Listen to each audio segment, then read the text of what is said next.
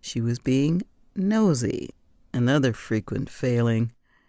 She needed a different reminder for that, like maybe pinching her nose. These people had nothing to do with her, and she had no need to know their affairs. She shook off the last remnants of aloneness and went inside the condo. Kate breezed in at 6, carrying a bag of groceries and a 6-pack of beer. "You made good time," Marge exclaimed. She hadn't expected Kate until nearly 9, since she often worked late at her Seattle law office. "I left work early," Kate said, "and I took the ferry from downtown Seattle to Bremerton.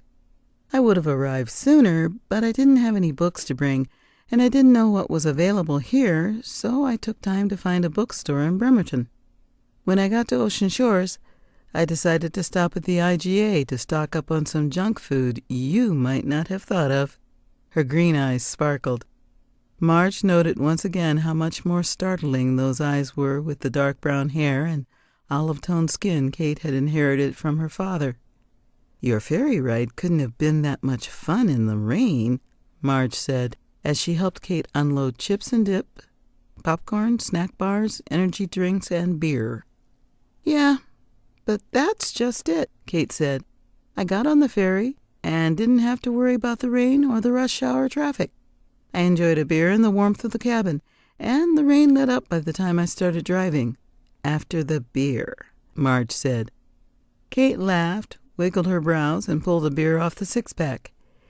It reminded Marge of Kate's teenage years, when she deliberately did whatever she knew Marge didn't want her to do. Marge had to grin in acknowledgment of the rebuke, burying the tiny niggle of concern that her daughter was getting too old for some of the choices she made. Robert and Ruthie arrived about 7. Robert also had genes coloring, including his brown eyes, but he inherited his height and athletic build from Marge's father. Marge studied Ruthie, trying not to be obvious. Robert had not rushed into dating after his divorce from Caroline last year.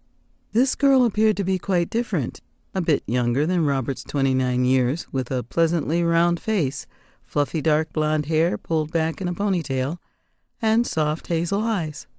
In fact, she had a look of pillowy softness all about her. Robert apparently didn't want to make the mistake of replacing his ex-wife with another hard-driving businesswoman.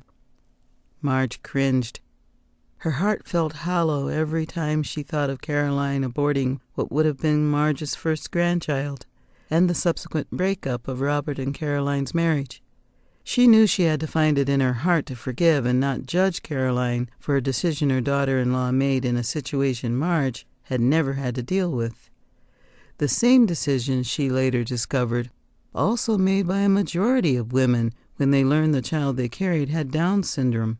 Marge hadn't gotten there yet.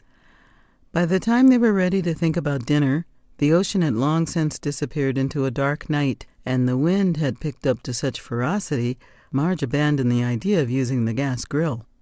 Robert and Kate each took a can of beer, and Ruthie drank a wine cooler she and Robert had brought, along with another assortment of snack food. The kids must think they needed to provide against a weekend of Mother making them eat their vegetables.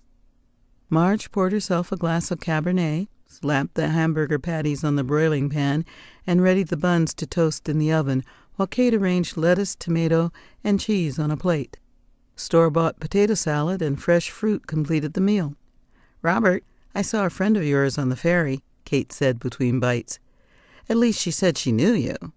She was with a group staying down the road at the Point Brown Resort." "Did you get her name?" Robert's voice seemed guarded. Marge glanced at him, but his eyes were on his food. His eyes always gave him away when he wasn't being entirely truthful. Had he known this friend was coming to Ocean Shores? If so, why hide it? "Hillary something," Kate said. "Carlson," Robert supplied, his brows knitting as if surprised, but his eyes still concealed. "Hillary Carlson. Before she married, she worked in the credit department of the store where Caroline is a buyer. She quit working after marriage, since that's what Craig, her husband, wanted. She and Caroline didn't stay in touch, but I've talked to Hillary off and on." "And how had that come about?" Marge wondered.